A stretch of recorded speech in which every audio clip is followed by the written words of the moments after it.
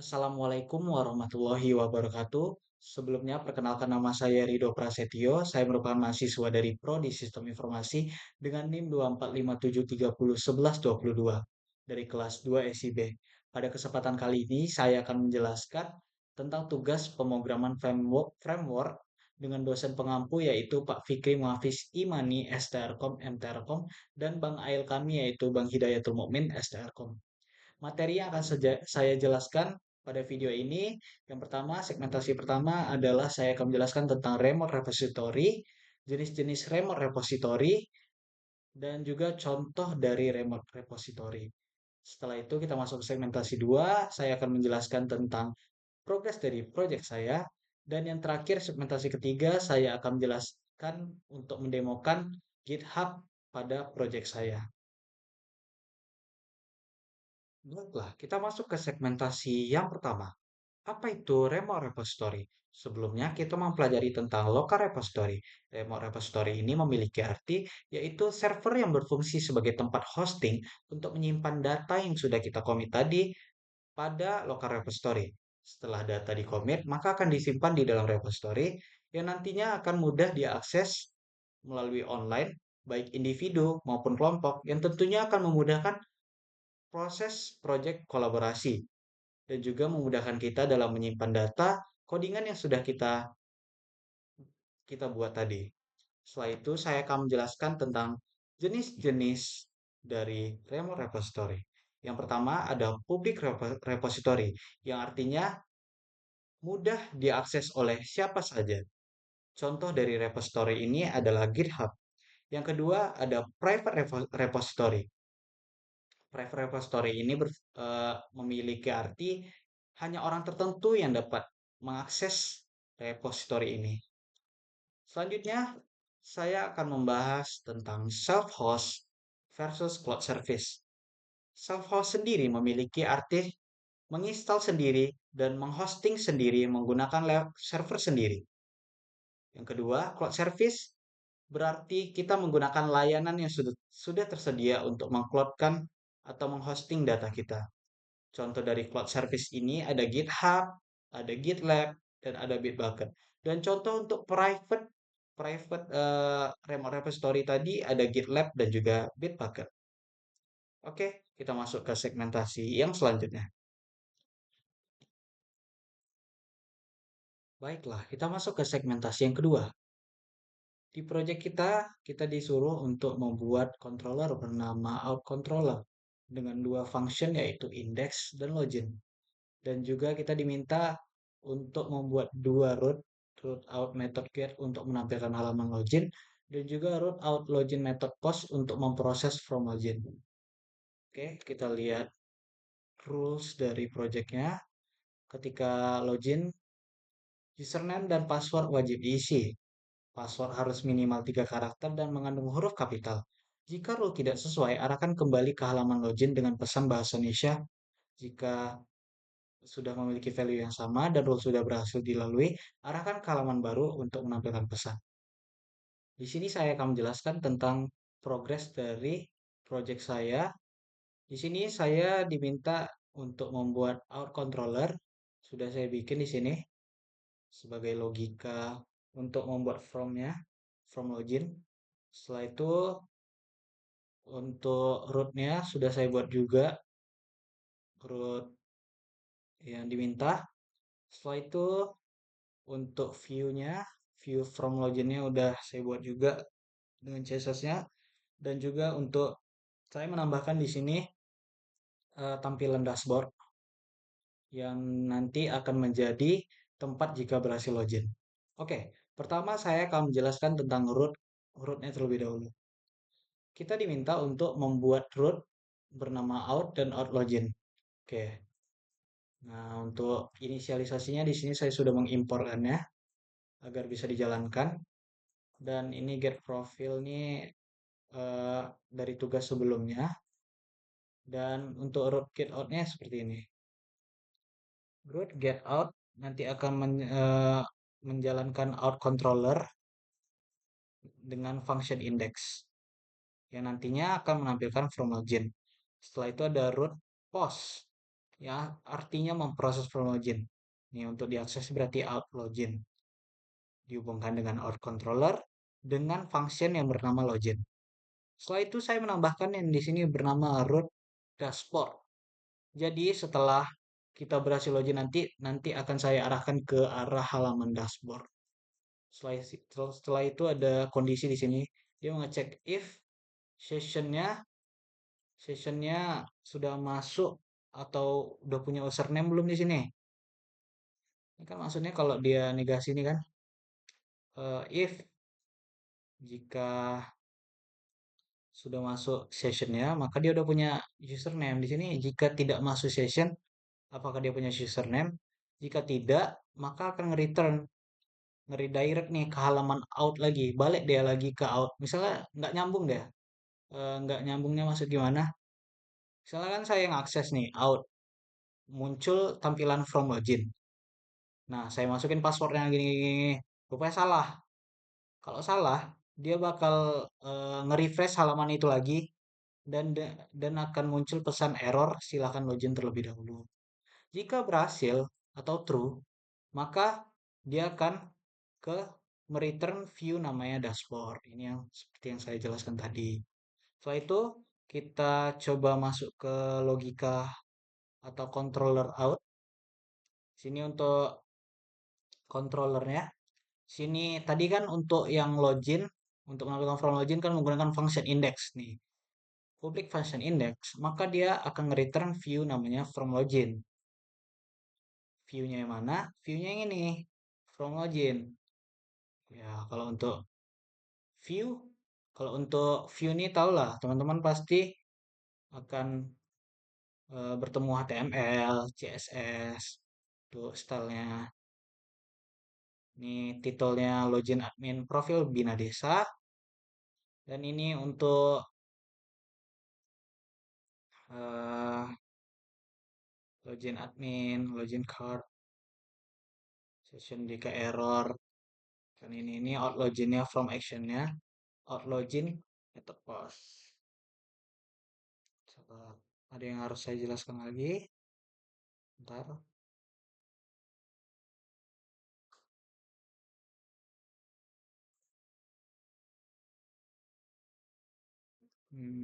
Nah, ya ini. Nah, ini username-nya. Ini label, inputan label untuk masukin username-nya. Dan ini untuk masukkan passwordnya. Dan ini untuk submit, untuk memasukkan yang kita input tadi. Oke, seperti itu sih. Kalau untuk bagian view-nya, setelah itu kita lanjut ke controller lagi. Untuk memproses data login, tadi kita menggunakan yang namanya public function login. Ya, request dengan variabel request. Untuk memvalidasi inputan yang sudah kita bikin, tadi kan kita ada rules, username request, password request. Di sini request validate. Untuk memvalidasi yang pertama username request, yang artinya apa? Username di sini tidak boleh kosong, jadi wajib kita isi. Setelah itu ada password, password required, required, required. Yang artinya di sini password juga tidak boleh kosong. Dan juga tadi ada minimal dan juga tadi ada rules untuk minimal ada 3 kalimat, 3 huruf ketika menuliskan nama atau password.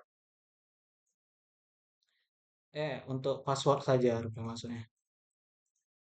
Minimal 3. Kalau nggak 3 berarti dia gagal. Setelah itu kita pas password wajib menggunakan setidaknya 1 huruf kapital. Nih, dari A sampai Z pokoknya wajib gitu kan.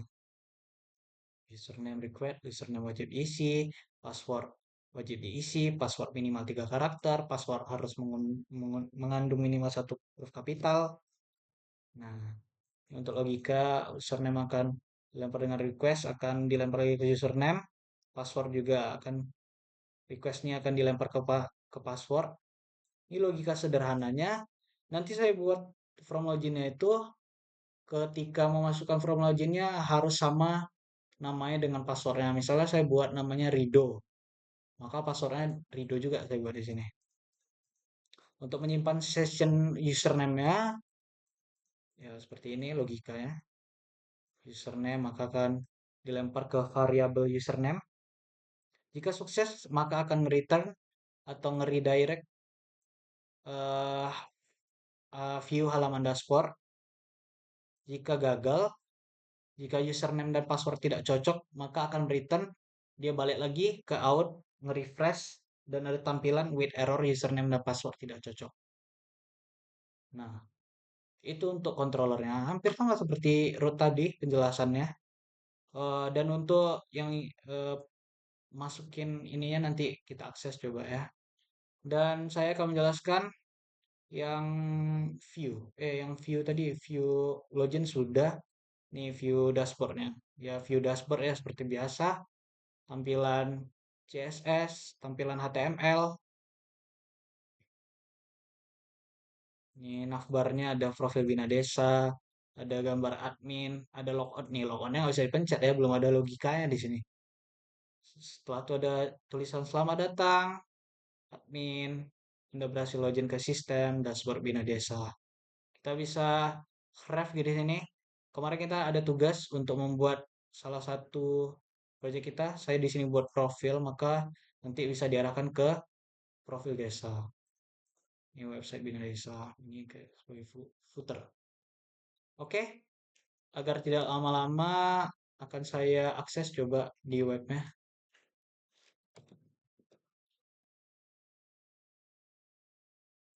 Ini yang kemarin. Ini tampilan kalau dia profil yang kemarin ya. Saya buat out.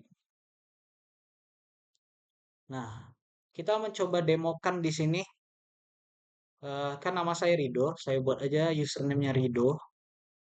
Nah, tadi username, oh tunggu, username di sini tidak boleh kosong kan? Coba saya kirimkan username-nya kosong. Maka apa yang terjadi? Nah, ada tulisan please fill out this field. Karena username ini karena ada required tadi tidak boleh kosong. Coba kita isi gini aja. Saya isi nih namanya Rido, tapi passwordnya saya buat satu karakter saja. Set aja kita bikin. Dia gagal. Ada tulisan di sini.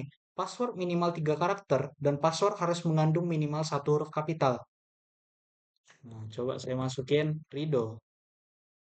Saya masukin 5 karakter, tapi tidak ada huruf kapital di sini. A, S, D, F, G. Tidak ada huruf kapital di sini, maka gagal. Gagal. Karena password harus mengandung minimal satu huruf kapital. Oke, saya coba jalankan yang benar-benarnya. Karena saya harus bikin yang sama di sini ya. Nah, saya buat tadi if dia harus sama antara username dan password. Saya buat username dan passwordnya sama, maka dia masuk. Nah, berhasil. Dia mengarahkan langsung ke arah dashboard. Selamat datang admin, Anda berhasil login ke sistem dashboard Bina Desa. Nah, untuk tampilannya hanya seperti ini. Masih sederhana dan mungkin nanti akan dikreasikan lagi logout yang pun belum bisa dipencet ini. Ini karena kita menggunakan ref tadi, kita bisa mengarahkannya ke arah profil desa. Nih yang tadi, edit, hapus. Nah, seperti itulah progres dari project saya. Baiklah, kita masuk ke segmentasi yang ketiga. Di sini saya akan mendemokan cara menggunakan GitHub untuk menyimpan file dari codingan kita. Yang pertama saya lakukan di sini saya membuat repository baru, new saja. Repository name-nya saya buat namanya project Bina Desa. Untuk username-nya saya karena sudah terbuat Rido 140905, saya buat itu aja. Dan ini ada choose visibility-nya, ada public dan ada private. Ini seperti yang saya jelaskan tadi, repository ada dua, public sama private. Di sini kita pilih private saja. Sebenarnya bebas ya, tapi di sini saya buat private aja. Create repository-nya. Setelah itu, yang perlu kita lakukan di sini kita harus mencocokkan nama username dengan nama codingan yang nama user mail yang ada di Visual Studio Code kita. Caranya gimana? Pertama kita new terminal. git init masuk. Untuk mengeceknya, coba kita datakan git add dulu. Oh, tunggu. Git config. Tunggu, saya lupa. Ini ya. Git config, oke. Git config lokal. Salah nggak? Git config. Oh, pas. Lokal username Rido 14.905. Pas kah gitu? Oke, pas. Coba kita enter kan. Nah, ini udah kita samakan git config. Ini juga harus kita samakan. Lokal user email Rido 24SI mahasiswa PCR ACID. Nah, kalau udah seperti ini maka kita sudah ini ya, udah terkonek, udah terkonfigurasi nih email sama username kita udah pas nih. Coba kita jalankan git add, git add. Oh, ya, git add. Setelah itu, setelah git add, setelah itu kita komitkan, kita coba saya git commit project P4.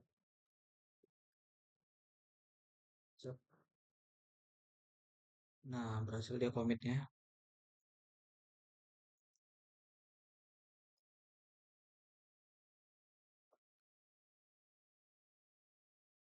Nah, sudah kalau ini tinggal kita cek git status. Itu commit working trickling. Git log, git log. Rido headmaster project 4. Oke, udah berubah kan di sini jadi headmaster. Yang perlu kita lakukan kita mendaftarkan koneksi remote repo-nya kalau ke repo sekarang. Karena udah kita samain tadi kan. Remote add, remote add, sabar, add GitHub. Itu kita perlu mencari link tadi. Baiklah, yang perlu kita cari di sini adalah link HTTPS-nya. Sekarang tinggal kita copy saja. Kita coba jalankan. Git remote add GitHub.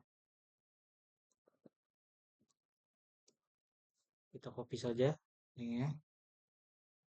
Ini merupakan nama username-nya dan ini merupakan nama dari repositorinya. Coba kita enter.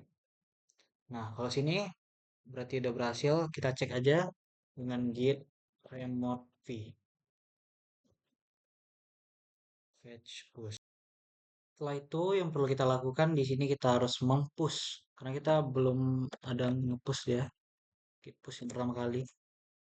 Git push setelah itu to have this happen. Git push. Oke. Git push set upstream GitHub master. Well, SRC GitHub does not match any. Apa nih? Oh, dikit bawah ya. Git push set upstream GitHub master.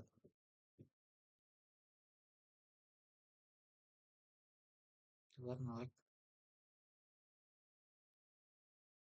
Nah, kalau udah muncul tampilan seperti ini, kita tinggal tekan sign in with your browser. Tinggal kita masukin aja username sama email. Coba sini saya masukin email saya ya.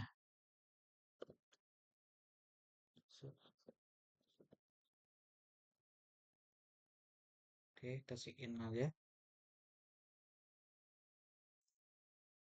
Nah, tampilannya bakal seperti ini, kosong.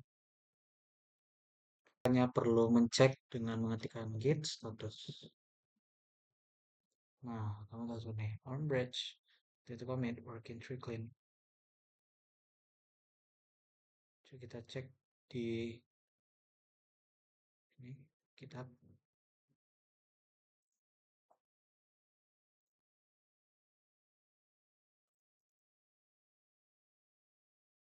Nah, sudah muncul nih. Kita tadi nge-lag tadi ya. Saya kira nggak muncul.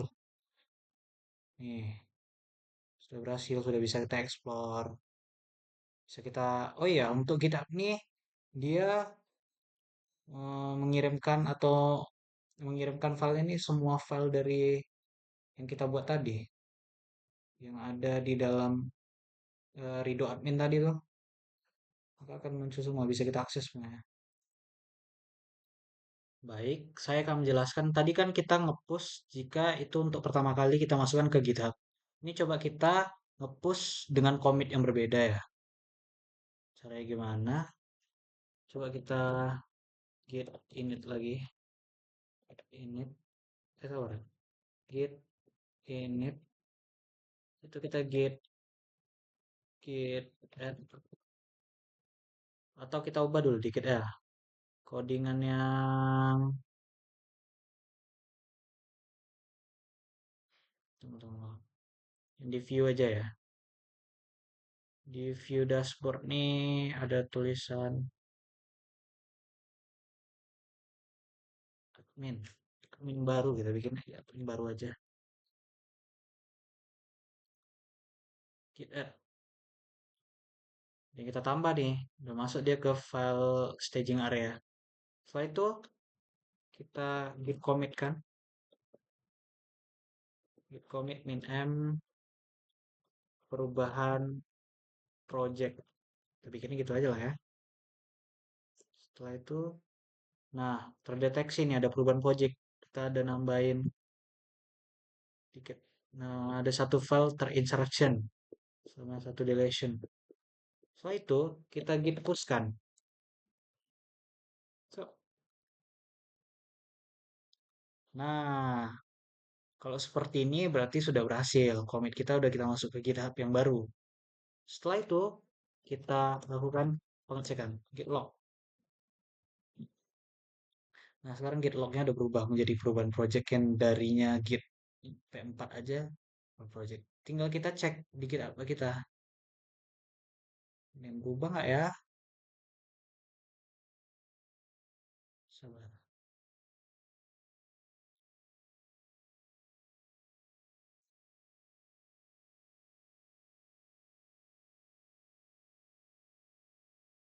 Hmm, cara ngeceknya code perubahan project. Oh ini. Nah, ini udah terubah nih. Ada yang ubah nih. Dari admin jadi admin baru seperti yang kita buat tadi. Nah, seperti itulah cara untuk mempush masukkan data codingan kita ke dalam GitHub. Terakhir yaitu saya akan mencoba git clone. Git clone ini adalah ketika kita menghapus file project kita yang ada di laptop ini, eh, nanti saya bisa mengembalikan file kita itu lagi melalui GitHub. Caranya seperti apa? Oke, mari kita coba. Yang pertama di sini saya akan mencoba menghapus folder saya di local disk, di Laragon, di www. Nih, yang profil admin ini coba saya hapus ya. Oke. Oh, project saya. Apa nih? Oh, is open. Oke, karena terbuka ya. Coba close, saya close folder dulu.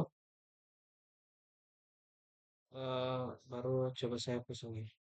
Profil admin. Oh, terhapus ya di situ. Nah, setelah itu saya harus membuka folder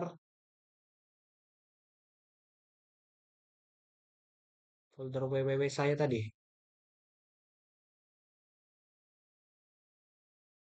Aduh, salah. Saya salah menghapus.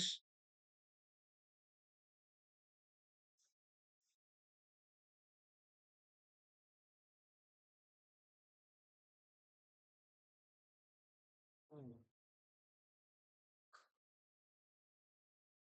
udah kok.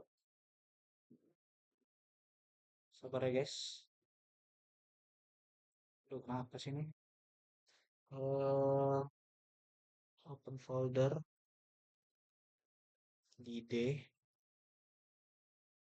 Gitu. Oh, enggak. Tadi salah buka rupanya. Maaf.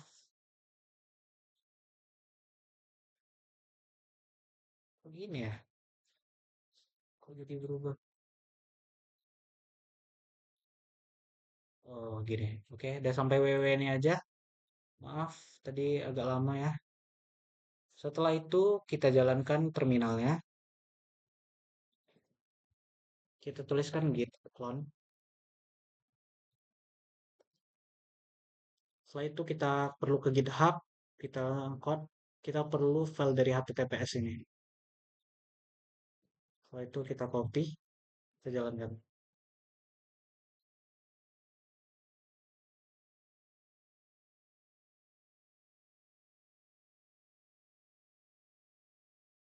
Nah,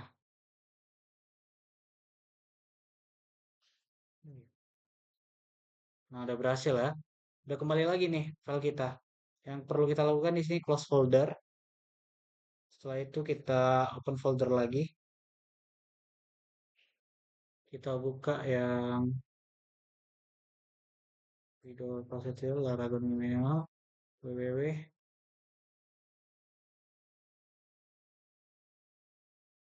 project Bina Desa. Nah, setelah itu maka akan muncul tampilan seperti ini. Yang perlu kita lakukan di sini. Nah, teman-teman sadar nggak kalau file dari INV di sini hilang? Maka yang perlu kita lakukan di sini kita membuat INV yang baru. Yang ada cuma INV example yang merupakan bawaan dari tinggal kita copy ke INV-nya. Oh ya, sebelumnya kita ubah dulu ya. Jadi connection-nya MySQL. Kita hapus, hapus, hapus, hapus. Nah, setelah itu kita copy.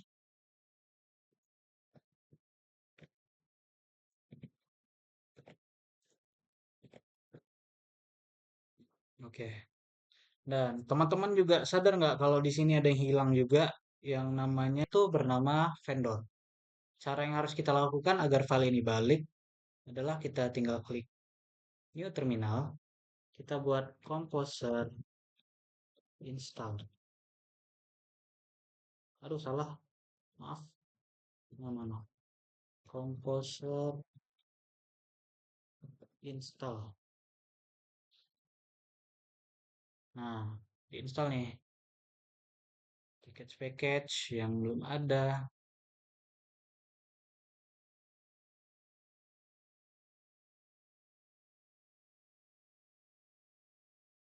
Nah, ini lagi loading atau gimana? Nggak tahu juga. 5 minutes later. Nah, sepertinya sudah terinstall nih. Nah, yang perlu kita lakukan di sini, teman-teman sadar nggak kalau app key-nya hilang juga di sini? Yang perlu kita lakukan ketika app key yang hilang nih adalah kita perlu membuat yang namanya ini. Lupa, jadinya jadi saya copy aja ya. Tinggal kita ini. Nah, otomatis key yang tadi hilang sudah terisi kembali. Nah, file yang kita tadi buat udah bisa kita jalankan lagi nih. Coba kita phone ya. Ini karena keubah nih. Tadi saya tidak sesuai sama ininya. Aduh, gimana ya guys ya? Project Indonesia.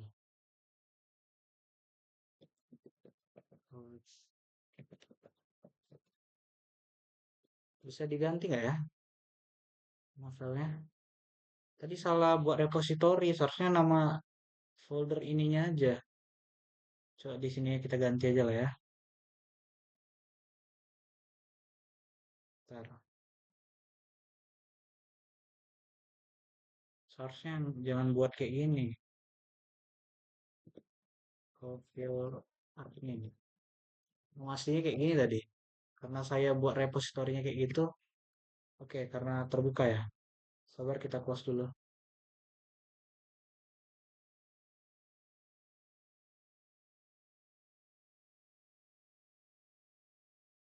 Profil admin.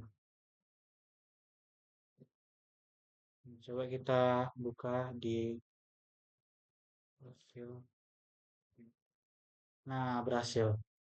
Tadi karena salah buat repository. Nah, begitu ya caranya untuk mengklonkan file yang sudah kita hapus tadi kembali lagi di tempat kita atau laptop kita atau komputer kita.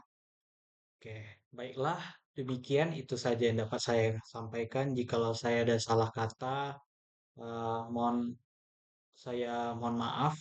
Wassalamualaikum warahmatullahi wabarakatuh.